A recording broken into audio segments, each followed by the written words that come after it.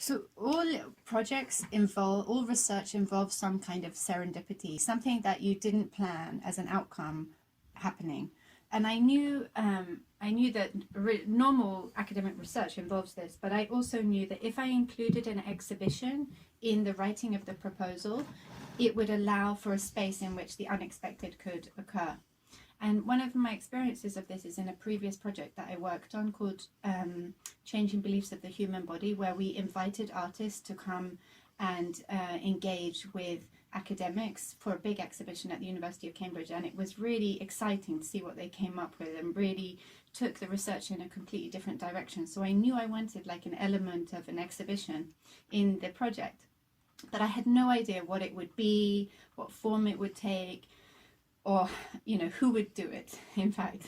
So we just carried on with our research. It started in 2014. We developed our themes and our topics, and we went and did field work, and we did field work together and also field work separately for our different projects. One of the outputs is that we're all writing different books based on our own research. But then about halfway through, I got an email from a woman called Hermione Spriggs saying, "I'm going to Mongolia. Could I meet you and have a chat?" And I said, okay. And she actually was an anthropology undergraduate student in our department, but she had been away for many years as an artist, working as an artist. And I met Hermione, and she went and did a land art project in Mongolia.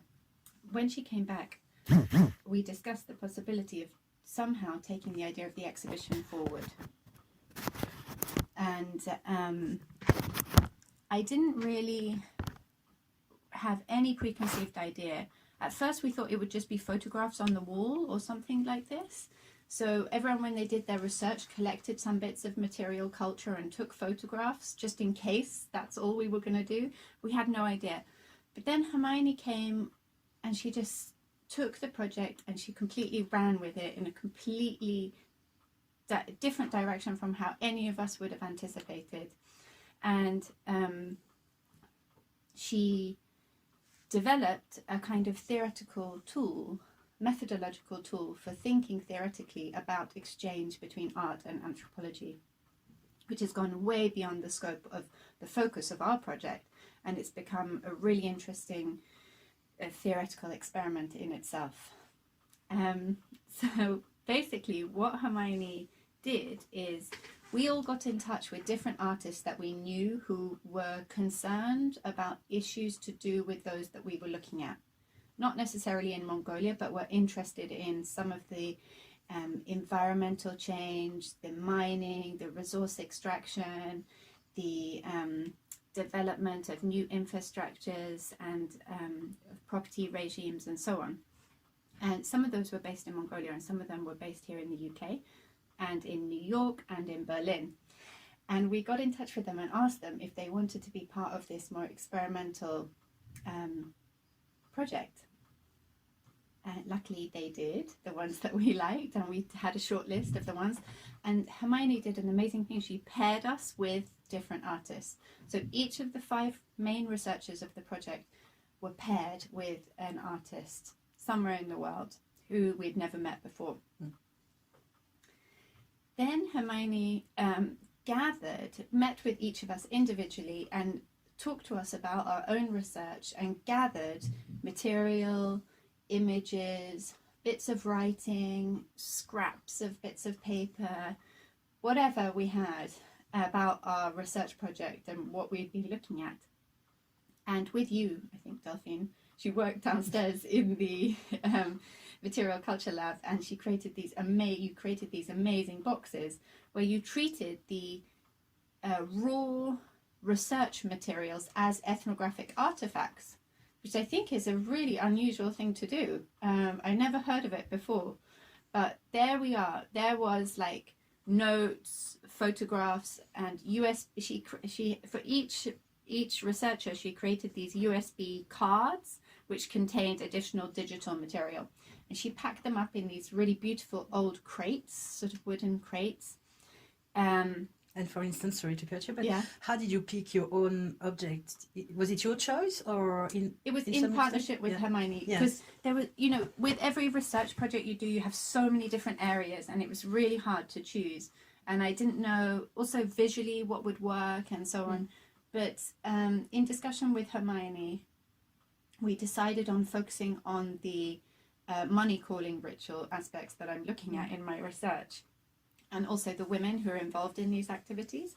And so actually after we sent the boxes out to the artists, Hermione was fortunate enough to do a trip to Mongolia, and she followed up with many of our research sites as well, which was really great. So it was difficult to choose the objects to go in, but we chose enough to tell a story, but it not to have to be too comprehensive. It's not like a book in a box. It was like maybe once we had all been doing experimental writing as a group to think about how to talk about our projects, and so we all had snippets of writing, images, lumps of coal, you know, anything. I had like a candle. I had these aura rituals that had been taking part in, and so we had like a candle, a bottle of water, these baby wipes, really esoteric things. However, they had the background about our project as well. But the idea wasn't to sort of present a complete archive in a box. Yeah. And that was the thing. It's not like, it's a toolbox. She called it actually a toolbox. Yes. We think of it as a toolbox, just a provocation. Because a lot of the artists were familiar with the themes that we were looking at. Some of the artists went to Mongolia actually as well, which was fantastic. Yes. And so they were able to follow up directly with the things that we were looking at. But really, it was not meant to be a sort of direct. This is where some of the serendipity came in, because in these translation processes, in the process of having our research represented in a box, having our box travel to someone else, having someone else open the box and look at it, all of these moments allow for creative serendipity and interpretation, which you can't account for in the research proposal. I mean, I had no idea that these things would happen. So what kind of idea did you had when you put everything in the box? You knew that you're going to have a reply from an artist. Yeah. And did you in your mind picture something or one kind of direction that for you was obvious, considering I the thought box? in one way they might take it very literally. Yes. And they even had calling cards. So they had the telephone numbers of the people that I'd been working with. If they wanted to follow I remember, up really yes, those cards. directly. I was wondering what it was. But as it happened, when my box arrived in Mongolia, the border control wouldn't release it because they thought it was like contraband material, because they thought, how can just the wet wipes and a candle and an empty plastic bottle be included in such a beautiful box? There must be something important, something else in here. It's such an amazing box. So it was held in like quarantine for a very long time, and they just wouldn't release. They wouldn't believe that it was just. I didn't know that. I love this story. I actually only found out from the artists when I met them. They were like, it was very hard to get your box. But yes, then they started working with the box. But as it so happened, the artists that I was paired with, I had no contact with them apart from when they arrived in London for the installing of the exhibition. Okay. But then it felt like a kind of meeting of, I don't know, like a long lost family member or something like this, because even though I didn't know them, somehow we had been connected and working on similar themes. But so it was great to meet them and be with them. And in which way, actually, what they produced, the work of art, their response to the box was something totally unpredictable for you? It was totally unpredictable, and it took them in a direction that they didn't know. So, for example, they are a husband and wife artist couple, and they never had really worked together, but they chose to work together on this project. And so it created different challenges for them. But they really used it as a starting point or a launch pad to think about broader themes, about the future of Mongolia and so on. And they created a kind of mythical north of the North Pole place that you would discover and go to. And actually, it's kind of good that they were able to take it so far beyond the actual material itself to a broader themes, because it also opened up bigger questions for our exhibition. And as an academic, would you say that it brought to you some ideas, or it opened some doors? So what did it Definitely brought you in terms of academic practice? Yeah. I mean, it's so interesting, Delphine, because it's not just the content. First of all, it's different artists are very different. Like, some people don't want to talk about explaining their art, and some people really love talking about I met some of them in the exhibition. So but so there are different nuances to that, but the process of installing physical objects in this beautiful white gallery space that we had, and thinking about the themes that had triggered those objects, those art pieces, and what they bring up for me when I look at them, is totally unexpected, but really satisfying, because it just explodes. They're open to different levels. Yes.